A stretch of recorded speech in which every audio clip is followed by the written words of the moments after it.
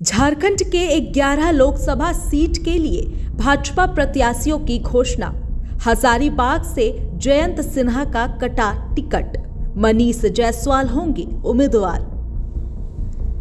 BJP की ओर से झारखंड के 14 लोकसभा सीट में से 11 लोकसभा सीट से प्रत्याशियों के नाम की घोषणा कर दी है। इसमें हजारीबाग से मनीष जायसवाल, सिंहभूम से गीता कोड़ा और लोहरदगा सीट से समीर उरांव ऐसे 3 नाम हैं जिन्हें पार्टी ने अपना उम्मीदवार बनाया है। पूर्व केंद्रीय मंत्री जयंत सिन्हा जैसे हाई प्रोफाइल सांसद की जगह हजारीबाग लोकसभा सीट से मनीष जायसवाल को उम्मीदवार बनाया गया है। इसको लेकर उन्होंने पार्टी के वरिष्ठ नेताओं को धन्यवाद देते हुए कहा कि जो भरोसा पार्टी नेतृत्व ने उन पर किया है वह उस भरोसे पर उतरने की पूरी कोशिश करेंगे।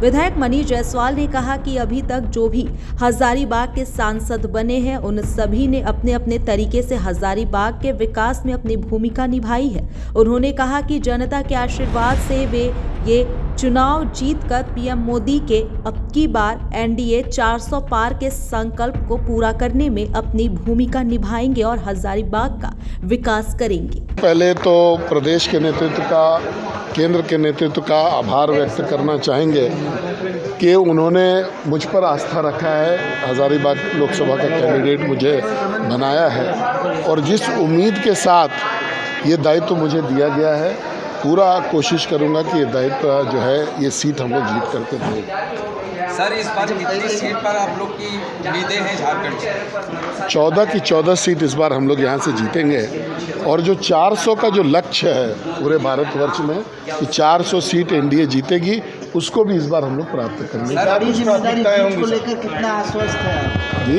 एक बड़ी जिम्मेदारी है जीत को लेकर। जयंत सिन्हा ने क्योंकि अपने सीट से देखिए, हम लोगों ने अगर आप इतिहास देखिएगा उसका, तो भारतीय जनता पार्टी के जितने भी सांसद रहे हैं वहाँ से सब ने हजारीबाग को आगे ले जाने का काम किया है।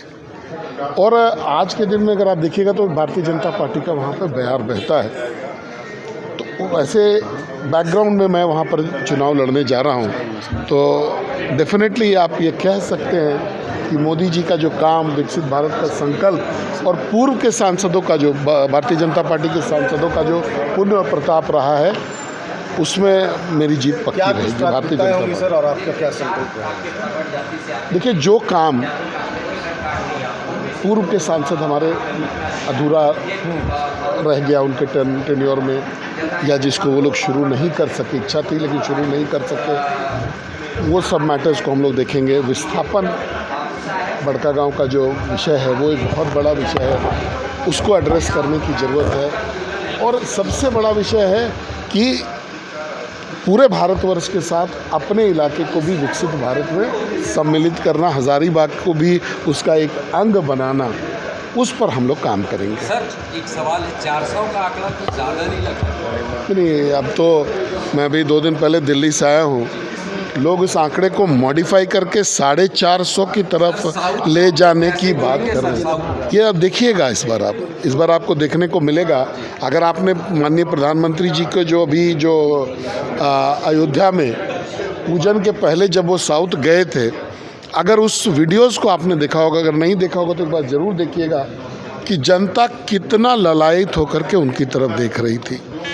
पहले साउथ इंडिया और इस बार 2024 के साउथ इंडिया में बहुत अंतर होने वाला है।